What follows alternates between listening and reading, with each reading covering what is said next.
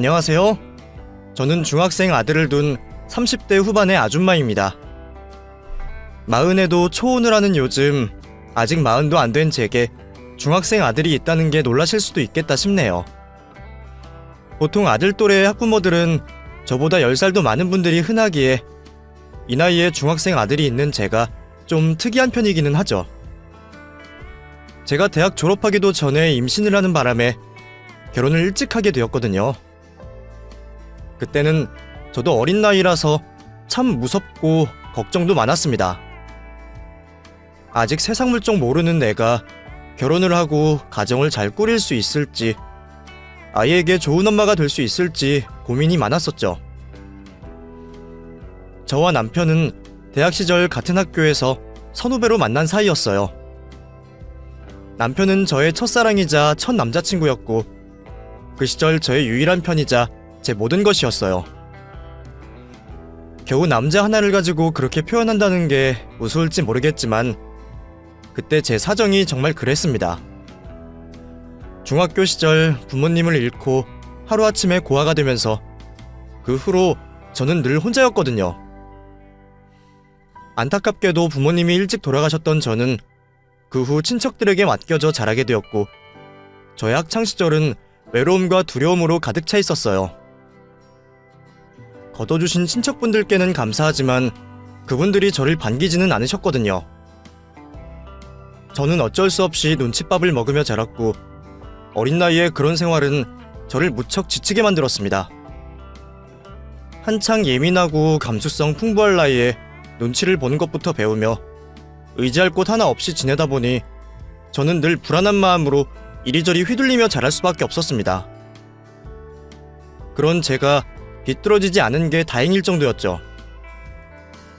그래도 다행히 부모님을 생각하며 버텼던 저는 학교 공부를 게을리하지 않으며 대학 진학에 성공할 수 있었습니다.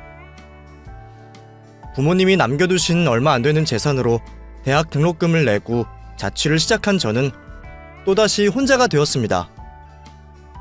더 이상 눈칫밥 먹지 않아도 되어 좋기는 했지만 아무도 없이 혼자라는 건 정말 두려운 일이었어요. 그나마 같이 밥 먹을 사람도 없다는 게 참 쓸쓸하더라고요. 그래서 저는 늘 정에 고팠던 것 같습니다. 나약한 마음 탓에 누가 저한테 작은 호의라도 보여주면 금세 기댈 수밖에 없었죠. 한창 그럴 시기에 저는 남편을 만나게 되었고 남편은 고아인 저의 사정을 안타까워하며 저에게 좋은 남자친구가 되어주었습니다. 선배로서 오빠로서 저를 다정하게 챙겨주는 그 사람에게 저는 점점 더 의지할 수밖에 없었어요.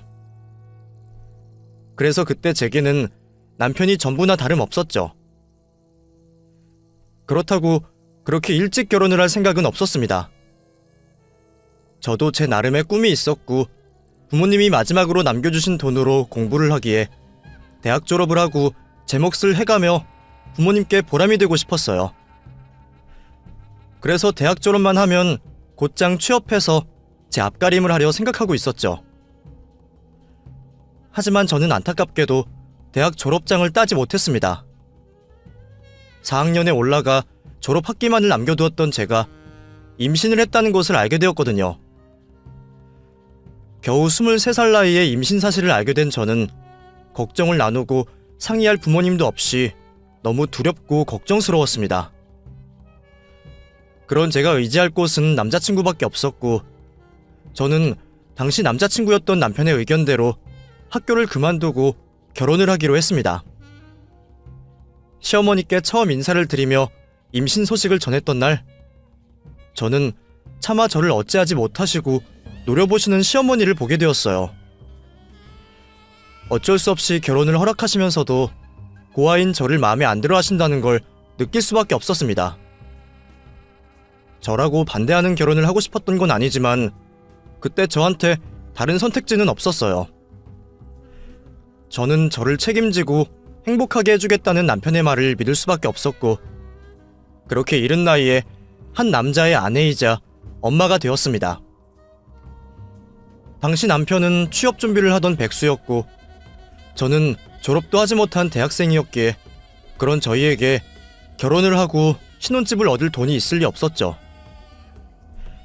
어차피 배도 불러오니 결혼식은 포기였고 결국 저는 시댁으로 들어가 신혼을 시작하게 되었습니다.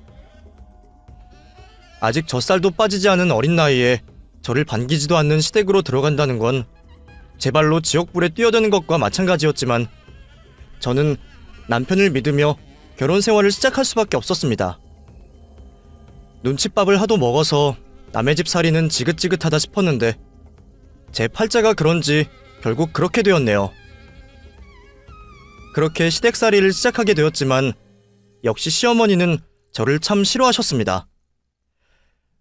어머니는 제가 의탁할 곳 없는 고아라는 것을 엄청난 흠으로 여기시며 친정이 없으니 도망갈 곳도 없는 저를 만만히 보시고 참 많이도 괴롭히셨습니다.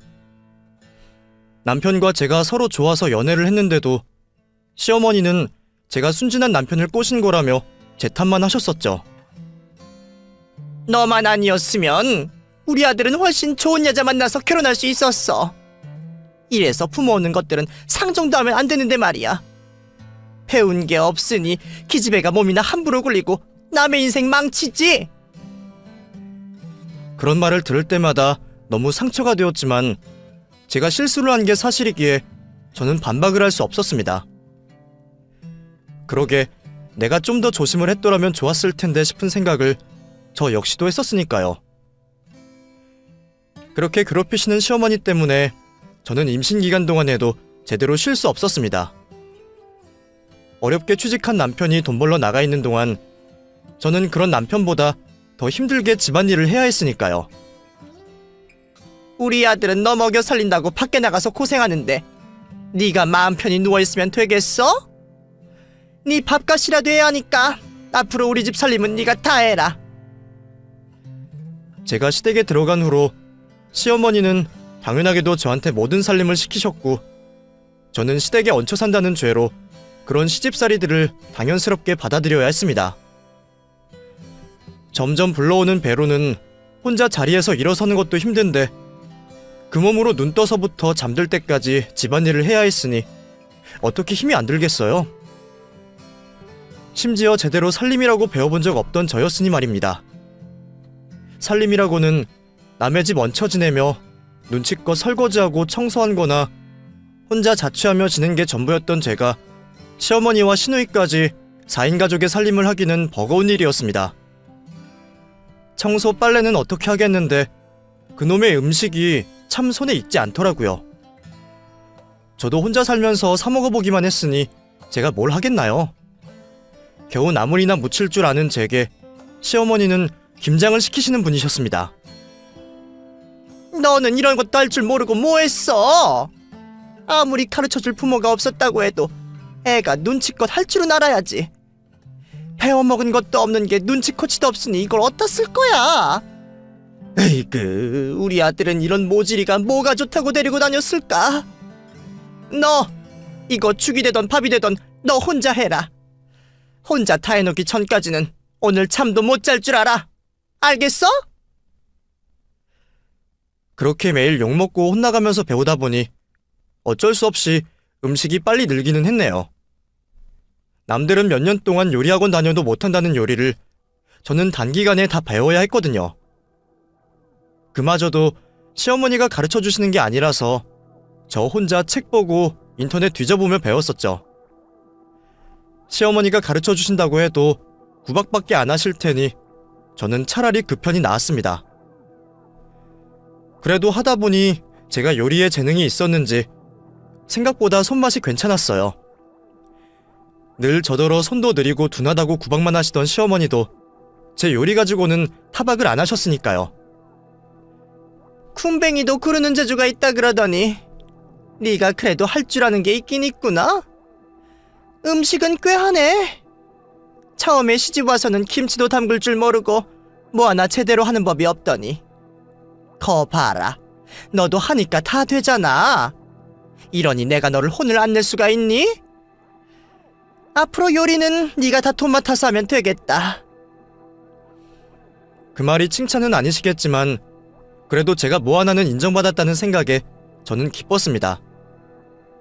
이제 시작이겠지만 이러다 보면 시어머니도 언젠가는 저를 인정하시고 예뻐해 주실 날이 오지 않을까 기대했거든요. 하지만 그런 날은 결코 오지 못했습니다. 제가 아들을 낳자 어머니는 무척 좋아하셨습니다. 워낙 장남 아끼시는 분이라 손자가 생기신 게 기쁘셨던 것 같아요. 저는 그래서 어머니가 손자 낳느라 고생했다고 저를 격려라도 해주실까 싶었습니다. 하지만 제가 누워있는 꼴을 두고 보지 못하시는 시어머니 때문에 저는 산후조리도 제대로 할 수 없었어요. 아들 낳았다고 갑자기 팔자라도 필 줄 알았냐? 내 아들 인생 망친 년이 뭘 잘했다고 조리를 해? 나 때는 아들 낳고도 다음날 나가서 일을 했어. 너는 나보다 더 젊으니 훨씬 낫겠네. 그러니까 괜히 오래 누워있을 생각하지 말고 빨리 일어나서 네 할 일 할 생각이나 해. 그래도 손자는 예뻐하시기에 다행이다 싶었지만 설마 그 이후로 제가 더 미움을 받을 줄은 몰랐습니다. 시어머니는 제가 제 아들을 안고 있는 것도 꼴보기 싫으신지 제가 아들과 다정이 있는 모습을 볼 때마다 저를 구박하시더니 언젠가부터는 가만히 있던 저를 쥐어받기까지 하시더라고요. 아, 어머니 갑자기 왜 때리세요? 아이고, 지도 아들 낳았다고 유세 부리는 것 좀 봐라. 미워 죽겠어 아주. 그렇게 밉다는 이유로 이유 없이 저를 때리시던 어머니는 그 후로 점점 더 저를 심하게 때리기 시작하셨습니다. 국이 짜다고 등짝을 때리시고 설거지를 오래 했다고 팔뚝을 꼬집으셨어요. 처음부터 메타작이 아닌 그런 자잘한 것들로 시작해서 그런지 제가 반항을 하기도 전에 폭력은 자연스럽게 스며들었습니다. 그리고 어느 순간부터는 시어머니가 제 머리통을 때리고 손찌검을 하시는 게 일상일 정도가 되었습니다. 남편도 처음에는 그런 시어머니를 보며 놀라서 말리더니 시간이 지날수록 어느새 익숙한 듯 방치하기 시작했어요. 그래도 내 편일 거라 믿었던 남편마저 어느 순간부터 남의 편이 되더라고요. 결혼 생활이 길어지면서 변해가던 남편은 자기 혼자 돈을 벌어 처자식을 먹이는 게 억울한 건지 제가 집에서 놀고 먹는다며 저를 무시하기 시작했습니다. 너 살쪘냐? 아주 혼자 팔자 좋아 보인다. 집에서 놀고 먹기나 하니 살이나 찌지. 이러니까 네가 엄마한테 욕을 먹는 거야. 대체 네가 집에서 뭘 하는 게 있기나 해? 나도 집에서 하는 거 많아. 맨날 살림하고 밥하는 건 쉬운 줄 알아? 나도 하루 종일 바쁘다고. 야, 네가 몰라서 그러나 본데 밖에 나가봐. 밖에서 일하는 여자들도 집에서 애 키우고 살림하고 다 해. 근데 너는 돈 벌어다 주는 내 덕에 집에서 살림만 하는데 그게 하는 게 많은 거냐? 아주 요리 좀 한다고 유세를 부리지? 너는 편히 사는 거 감사하게 생각해야 해. 그러니까 불평하지 말고 엄마한테 더 잘하란 말이야. 저도 아이 키워놓고 나가서 일을 하고 싶었어요. 손자 아끼시는 시어머니가 대신 아들을 봐주시면 저도 나가서 아르바이트라도 해서 돈벌이를 하고 싶었죠. 그런데 시어머니는 제가 손자 육아에 소홀한 게 싫으셨는지 아니면 아들 내조를 안 할까 걱정이셨는지 무슨 이유에선지 몰라도 저를 나가지 못하게 하셨습니다. 네가 나가서 벌어야 뭘 얼마나 번다고? 그런 생각할 시간에 집안일이나 잘하고 애나 잘 키워라. 네가 집에서 잘해야 남편이 마음 편히 바깥일을 하지. 괜히 돈 번다고 나대다가 네 남편 앞길 망치지 말고 너는 집에서 하던 일이나 잘해.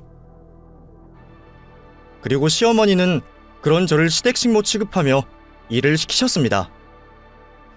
친정이 없어서 만만하신지 늘 매타작을 하시면서 말이죠. 저는 매일 욕을 먹고 매를 맞으면서 온갖 집안일을 다 해야 했습니다. 매일 살림하면서 남편의 아들 챙기는 것도 버거운데 그 와중에 시누이네 반찬까지 해줘야 했거든요. 그나마 제 손맛이 괜찮다는 이유로 저는 그렇게 살았습니다. 일주일에 한 번씩 반찬에 김장에 명절과 제사 음식은 당연하고 심지어 매년 식구들 생일상도 제가 차려야 했습니다. 신우가 결혼한 뒤로는 신우 남편 생일까지 제가 차려야 했죠. 제 생일상도 제 몫이었습니다. 제 생일은 구실일 뿐 결국 시댁 식구들 모이기 위한 잔칫날에 불과했지만 그래도 내 생일날 모인 이후로 거칠의 인사 정도는 들을 수 있었기에 저는 그마저도 감사했습니다. 천에 고아라 내 생일도 축하받지 못할 제가 식구들과 둘러앉아 밥 한 끼라도 같이 먹을 수 있는 게 얼마나 감사한 일이겠어요. 물론 남편과 아들의 저희 세 식구만 있다면 제일 좋겠지만 마누라 무시하며 무심한 남편이 제 생일을 기억할 리도 없죠. 그래서 저는 그나마 어머니 덕에 제 생일이라도 챙길 수 있었던 거라 생각했어요. 하지만 허울뿐인 생일인지라 제 생일에는 늘 제가 좋아하는 음식이 아닌 잔치 음식들이 올라가곤 했습니다. 저는 별로 좋아하지 않는 잡채며 양장피에 구절판까지 시어머니가 제 생일마다 요청하시는 음식들이 늘 있었거든요. 저는 그냥 소박한 입맛이라 국만 올려도 잘 먹는데 어머니는 다른 식구들 좋아하는 음식들을 차려야 한다고 하시니 제가 제 생일에 제일 고생일 수밖에 없었습니다. 하필이면 다들 밖에서는 먹기도 어렵고 손 많이 가는 음식들을 하라고 하시는 덕분에 저는 제 생일날마저도 제대로 쉴 수가 없었어요. 그래도 그날은 저도 유난히 먹고 싶은 음식이 있었습니다. 생일 무렵이라 그런지 며칠 전부터 돌아가신 엄마가 그렇게 꿈에 나타나셨거든요. 그래서 그런지 저희 엄마가 제가 어렸을 적 해주셨던 조개 미역국이 생각나더라고요. 제가 어려서부터 고기보다는 해산물을 좋아했는데 그래서 엄마가 제 미역국에는 늘 소고기 대신 조갯살을 넣어서 끓여주셨습니다. 평소에는 미역국에 고기가 들어가지만 제 생일에만 조개 미역국을 해주시니 저는 그 국이 더 특별하게 느껴졌었죠. 통통한 조갯살 넣은 시원한 미역국이 생각났던 저는 그의 생일에는 조개 미역국을 끓이기로 했습니다. 그래도 내 생일이니까 내가 먹고 싶은 거 하나 정도는 해도 되지 않을까 했거든요. 다른 메뉴를 올렸다가는 네 돈으로 사먹는 것도 아니면서 너 먹고 싶은 거 했느냐며 구박하실 시어머니 생각에 눈치가 보여서 다른 건 할 수 없지만 미역국에 재료 하나 내 마음대로 하는 건 괜찮겠다 싶었죠. 마침 조개철이라 살도 통통하니 물이 좋아 보여서 그렇게 소고기 대신 조개 미역국 끓여놓으며 저는 아침부터 장 봐서 하루 종일 허리도 못 펴고 음식을 준비했습니다. 자기 생일상 차리느라 그렇게 고생하는 여자가 또 있을까 궁금해하면서 말이죠. 그래도 제 일손 거들어주는 아들이 있어서 늘 고마웠어요. 아들이 부엌에 다니면 큰일 난다며 못하게 하시는 시어머니셨기에 큰 도움이 되지는 않았지만 할머니 몰래 저를 도와주는 건 아들밖에 없었습니다. 그 집에서 유일한 제 편인 아들이었기에 아들이 저를 생각해준다는 것만으로 저는 힘이 되었죠. 그렇게 한참 동안 혼자 고생을 하다가 어느덧 식사 시간이 되어 식구들이 하나둘씩 모여들었고 저는 도착하시는 손님들을 위해 식탁을 차리고 있었습니다. 새로 한 밑반찬에 열 몇 가지 되는 잔치 음식들을 올려두니 어느새 상이 꽉 차게 되었죠. 이제 밥이랑 국만 푸면 된다 싶어서 국 뚜껑을 여는데 어느새 곁으로 오신 시어머니가 국을 보시더니 갑자기 제 귀에 고함을 버럭 지르시는 겁니다. 이게 뭐야? 미역국이 왜 이 모양이야? 예? 왜 그러세요, 어머니? 너 여기다가 뭘 집어넣은 거야? 웬 조개가 떠다녀? 너 미역국에 조개 넣었냐? 예, 올해는 조개 미역국을 해봤어요. 누가 네 마음대로 미역국에 조개를 집어넣으래? 누가 미역국에 조개를 넣어 먹어? 우리 집 식구들 다 소고기 미역국만 먹는 거 몰라서 그래? 이 빌어먹을 거사! 죄송해요, 어머니. 잘못했어요. 크지도 않은 집인지라 시어머니 고함 소리가 거실까지 들리지 않을 리가 없었죠. 시어머니 고함 소리에 온 식구들이 부엌으로 구경을 왔고 다들 저를 보며 한마디씩을 거드는 겁니다. 너, 네가 먹고 싶어서 그런 거지? 그러면 너나 처먹지. 식구들 다 불러놓고 이게 뭐 하는 짓이야? 얘가 이런 애다. 지밖에 모르고 이기적인 거지. 이 집에 해물 좋아하는 사람 너 말고 더 있냐? 언니, 우리 집 식구들 해물 싫어하는 거 몰라요? 그냥 하던 대로 하지 왜 안 하던 짓을 해서는. 그러게, 당신 잘하다가 왜 또 갑자기 삐딱선이야? 반항이라도 하는 거야? 내 생일날 내가 내 손으로 생일상 차리면서 미역국에 조개 좀 넣은 게 그렇게나 죽일 죄인가요? 저도 식구들이 조개를 못 먹는 사람들이면 안 했겠죠. 근데 다들 알러지가 있는 것도 아니고 제주도 가서 성게 미역국은 맛있다고 먹고 밖에서는 홍합이며 백합이며 들어간 국들 시원하다고 잘 먹는 사람들이 그런 걸로 나무라는 건 핑계뿐이다 싶었습니다. 취향이 아닐 수는 있지만 그 상위의 음식이 미역국만 있는 것도 아니고 다른 것들은 다 식구들 위해서 차리고 그저 미역국에 재료 하나 내 마음대로 했을 뿐인데도 저는 그런 욕을 먹어야 했어요. 신우 남편까지 혼나는 제 모습을 구경하고 있는 걸 보자 저는 울컥 눈물이 차올랐습니다. 맨날 혼나고 구박당하는 저라고 어떻게 매번 아무렇지 않을 수가 있겠나요? 내가 내 생일에 축하는 못 받을지언정 이런 꼴을 보여야 한다는 게 억울하고 서럽기만 했습니다. 너 고개 안 들고 뭐해? 지금 반항하는 거냐? 너한테 잔소리하는 셈이 꼴도 보기 싫다 이거야. 어디 고개를 쳐박고 시위를 하고 있어. 눈물을 흘리기 싫어서 고개를 들지 못하는 모습도 시어머니 눈에는 반항으로 보일 뿐이었습니다. 하지만 눈물을 참아야 했던 저는 고개를 쉽게 들 수 없었죠. 시어머니는 그런 제가 자기를 약올린다 싶으셨는지 고개를 들지 못하는 제 뒤통수를 헉하니 후려갈기시는 겁니다. 이게 내 말이 말 같지 않아? 고개 들기 싫으면 아주 처박히던가.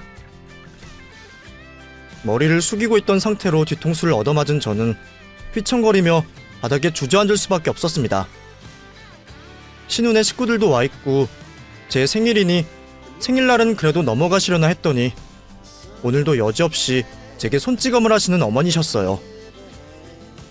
주저앉은 제가 그 충격에 더 말을 못하자 어머니는 저를 더 때리셨습니다. 다른 식구들도 모두 그 모습을 봤지만 저를 도와주는 사람은 아무도 없었죠. 신우와 신우 남편은 불편한 듯 자리를 피해버렸고 옆에 서 있던 남편마저 그 모든 게 제 잘못이라는 듯 혀를 차고 있었습니다. 그러기 진작에 잘 좀 하지. 남편은 자기 처가 맞고 있는데도 아무렇지 않은지 저를 때리는 시어머니 심정을 이해한다는 듯 혀를 차고 있었습니다. 순간 저는 시어머니의 매타작보다 남편의 그런 무심함에 마음이 더 아팠어요. 내가 이 사람들에게 가족이나 되는 건지 생일조차 축하받지 못하고 사람으로서 존중받지 못하는 내 삶이 무슨 의미가 있나 싶더라고요. 정말 아들만 없었으면 죽어버렸겠다 싶은 심정이 드는 그 순간 아들이 달려왔습니다. 다른 가족들이 저를 외면하는 와중에도 저를 걱정하던 유일한 제 편인 아들이 자기 할머니가 저를 때리는 걸 두고 보지 못하겠는지 기어이 할머니를 말리러 왔더라고요. 할머니 그만하세요. 엄마 때리지 마세요. 너는 가만히 있어. 네 엄마는 맞아야 정신 차리니까. 네 엄마한테는 매가 약이야. 하지만 시어머니는 귀여운 손자의 만류에도 저를 때리기를 멈추지 않으셨습니다. 아들은 할머니를 멈추려 애썼지만 소용없었어요. 때리지 마. 우리 엄마 때리지 말라고. 그리고 그 순간 소리 지르던 아들은 주먹을 꽉 쥔 채 신모의 얼굴을 가격했습니다. 그 모습에 저는 물론이고 지켜보던 남편과 다른 식구들까지 모두 놀라서 굳어버릴 수밖에 없었죠. 이게 무슨 일인지 제가 정신을 차리기까지는 그리 오랜 시간이 걸리지 않았습니다. 손자에게 얼굴을 맞은 시모가 코피를 흘리며 제 옆으로 주저앉아 버렸거든요. 놀란 제가 되려 일어나서 뒷걸음질을 쳐야 했죠. 순하디 순한 내 아들이 누구를 때렸다는 게 도저히 믿기지 않았던 저는 화가 나서 시모에게 더 달려들려고 하는 화가 나서 시모에게 더 달려들려고 하는 아들을 붙잡았습니다. 찬혁아, 안 돼. 그러지 마. 엄마 괜찮아. 뭐가 괜찮아? 할머니가 엄마 맨날 때리잖아. 그러니까 나도 할머니 때릴 거야.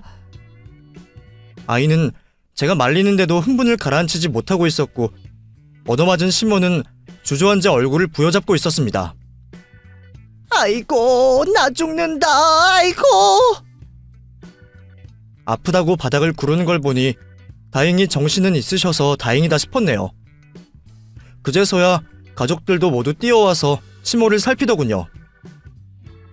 어머 세상에, 지금 찬혁이가 엄마 때린 거야? 찬혁아, 너 왜 그래? 엄마 괜찮아? 언니는 진짜 애를 어떻게 키운 거예요? 쟤 완전 깡패 아니야. 야, 너 누가 사람을 때리래? 이찬혁! 너 누가 할머니한테 그러라고 그랬어? 너 아빠가 그렇게 겼어? 어디 사람을 때려? 그것도 할머니를! 남편도 아들과 저를 밀치고 시모에게 달려가고 얼굴을 맞은 시모를 보며 다들 저와 제 아들을 욕했습니다. 그러자 아들은 더 악을 쓰며 소리를 질렀습니다. 그러면 할머니는? 사람이 사람 때리면 안 되는데 할머니는 우리 엄마 때려도 돼? 맨날 우리 엄마 때리고 구박하고, 방금도 우리 엄마가 맞는 건 다들 보고 있었으면서 내가 할머니 때리는 건 안 되는 거야? 우리 엄마가 얼마나 많이 맞았는지 알아? 당신들 다들 악마야. 왜 다들 우리 엄마만 괴롭혀? 당신들 다 죽어버렸으면 좋겠어. 이 자식이 이거 지금 어른들한테 무슨 말버릇이야? 순간 아들에게 손찌검을 하려는 남편을 보자 저는 눈이 돌아버렸습니다. 그동안 제가 얻어맞고 있을 때는 그러려니 하던 저도 제 아들이 맞는 건 도저히 볼 수가 없었거든요. 저는 아들에게 손을 대려는 남편을 밀치며 남편을 온몸으로 들이받았습니다. 지금 내 아들한테 뭐 하는 짓이야? 당신 내 아들한테 손 하나라도 까딱하면 나 정말 가만히 안 있을 거야. 이것들이 쌍으로 미쳤나? 오늘 아주 작정한 거야? 당신이랑 찬혁이랑 둘이서 무슨 짓이라도 하려고? 당신이야말로 뭘 잘했다고 애한테 그래? 당신도 당신 엄마 맞은 거 보고 눈 돌아가는데 내 아들은 뭐가 달라? 뭐? 지금 그걸 말이라고 하는 거야? 그렇다고 저 어린 게 지 할머니 때리는 게 잘하는 짓이야? 그럼 어머니가 그동안 나 때렸던 건 잘하는 짓이야? 나는 그동안 당신 가족들한테 무슨 짓을 당했는데. 나 어머니한테 매일같이 맞았어. 잘못하지도 않은 걸로 얻어맞고 친정 없다고 구박받으면서 살았어. 근데 당신 어머니가 겨우 이거 한 대 맞은 것 가지고 난리 피지 마. 고소를 하려고 해도 내가 하고 따져 물으래도 내가 할 일이야. 이 사람이 진짜 미쳤나? 너 갑자기 왜 이러는 거야? 진짜 돌았어? 이제 아주 집에서 쫓겨나고 싶어? 그래. 나 이제 정신이 번쩍 들어. 그러니까 쫓겨나기 전에 내가 나갈게. 근데 나도 마지막으로 뭐 좀 물어보자. 내가 당신이랑 결혼을 한 거야? 아니면 이 집에 종년으로 팔려온 거야? 나 팔려온 거야? 그럼 돈이나 줘. 돈이라도 받고 이 고생했으면 내가 억울하지도 않아. 근데 당신이 나한테 뭘 해줬어? 내가 이 고생하고 여태 이런 취급받고 살았던 건 전부 당신 때문이야. 그때 당신이 나 좋다고 쫓아다니지만 않았어도 내가 지금 이 고생하고 있겠어? 당신 때문에 내 인생이 망가진 거야. 근데 당신이 이제 와서 나한테 그런 소리 할 수 있어? 나도 이제 종노릇더 못하겠으니까 우리 다 끝내자. 저는 우리 모자를 괴롭히려는 그 집 식구들을 밀쳐내고 제 아들을 데리고 그 집을 나오려고 했습니다. 찬혁아, 가서 중요한 것만 챙겨 나와. 엄마랑 나가자. 당신 지금 뭐 하는 짓이야? 그만 안 해? 그래, 아주 그만하자고. 나 당신이랑 이혼할 거야.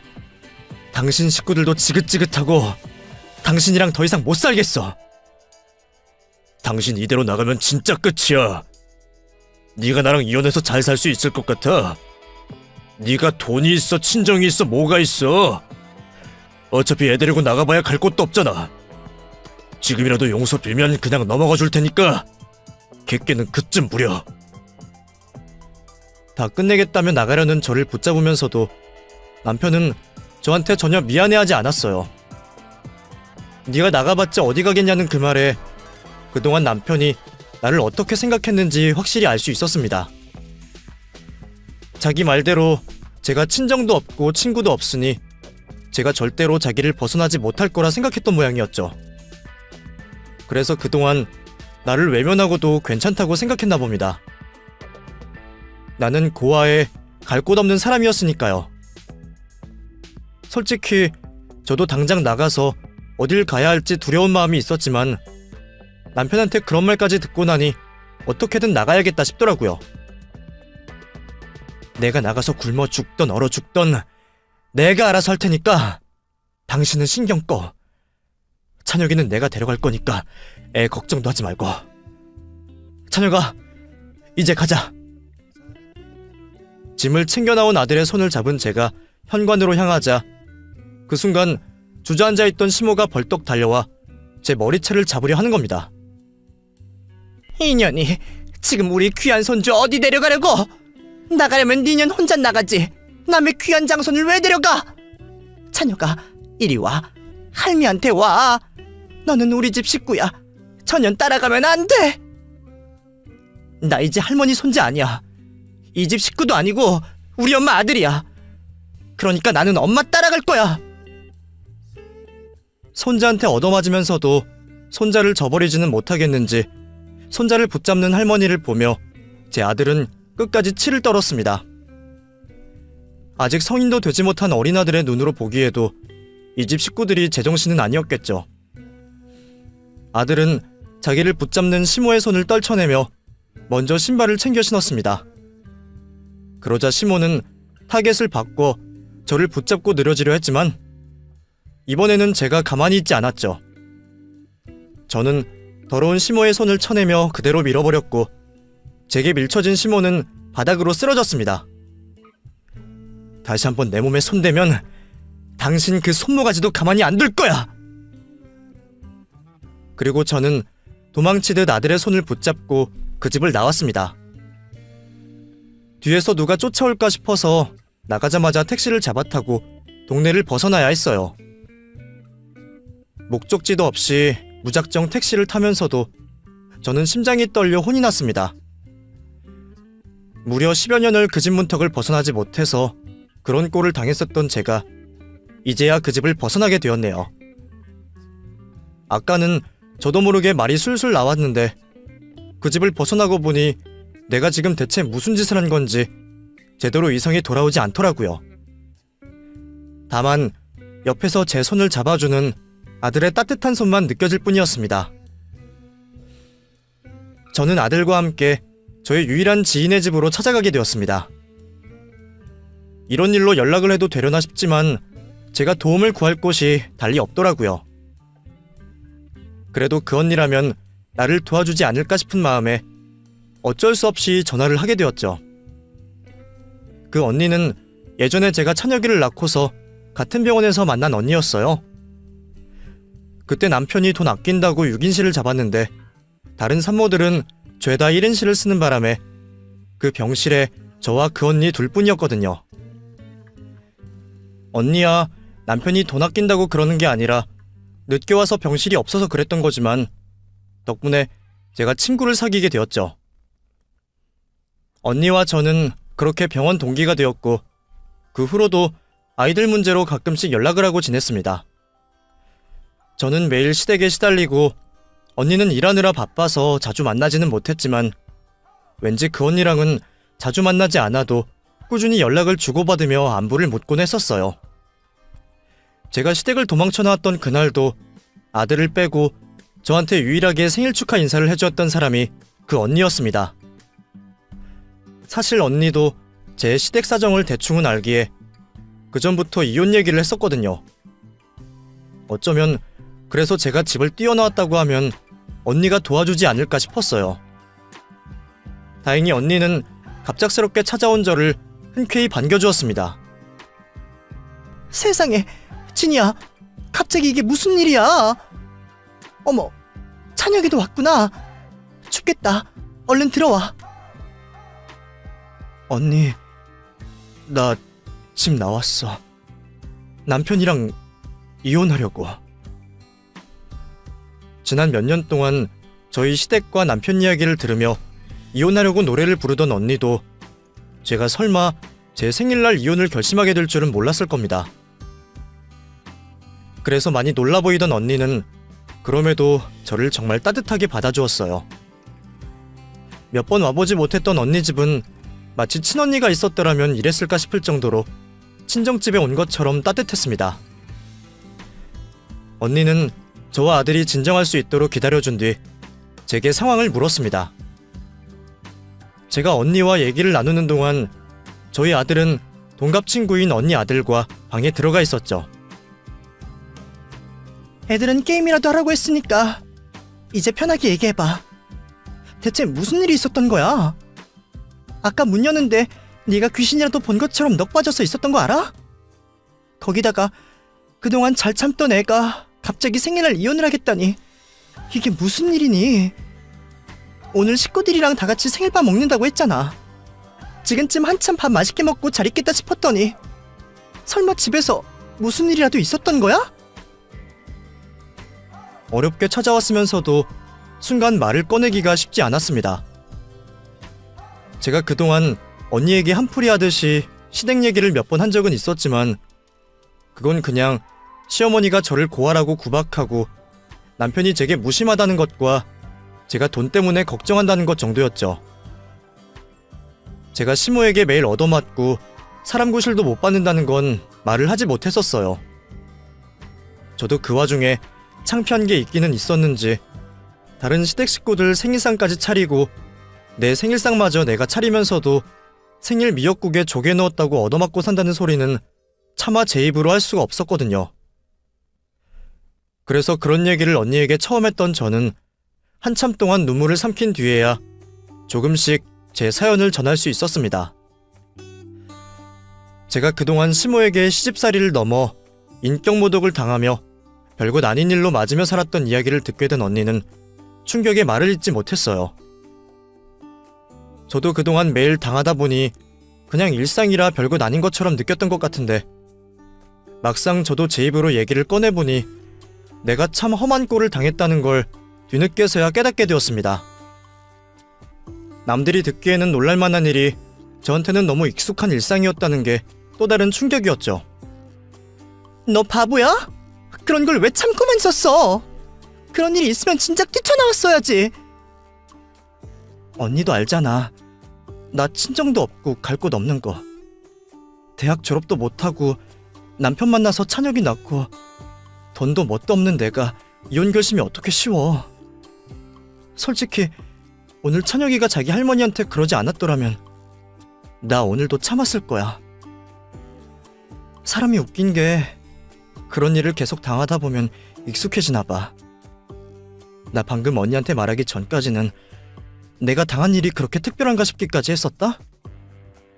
근데 놀라는 언니 표정 보니까 내가 그동안 많이 참기는 했나 보다 싶네. 아유, 답답하. 순딩아, 누가 구하라고 그렇게 당하고만 살아. 남들 같았으면 진작 이혼하고 갈라섰어. 그리고 네가 왜 도움받을 곳이 없어? 오늘 나한테 도와달라고 찾아온 거 아니야? 우리가 피나눈 자매는 아니지만 십수년 알고 지냈어. 내가 너한테 그 정도 도움도 못 줄 거라고 생각했어? 그래도 너보다 찬혁이가 낫다. 너는 바보같이 당하고만 살았는데 찬혁이 쟤는 이제 좀 컸다고 자기 엄마 지킬 줄도 안 해. 네가 그래도 자식 하나는 잘 키웠나 봐. 원래 옛말에 남편 복 지질이 없어도 자식 복 있으면 다 산다고 그랬어. 그러니까 너도 찬혁이만 있으면 잘 살 수 있어. 그 말이 저한테는 참 위로가 되었습니다. 그동안 내가 남편과 이혼을 하면 아들이 힘들 거라 생각해서 이혼 생각을 못했는데 그러고 참고 사는 게 오히려 아들에게 못할 짓이라는 말이 제가 이혼을 결정하는 데 힘이 되더라고요. 남편 없이도 아들 덕에 산다는 게 맞는 말이다 싶었죠.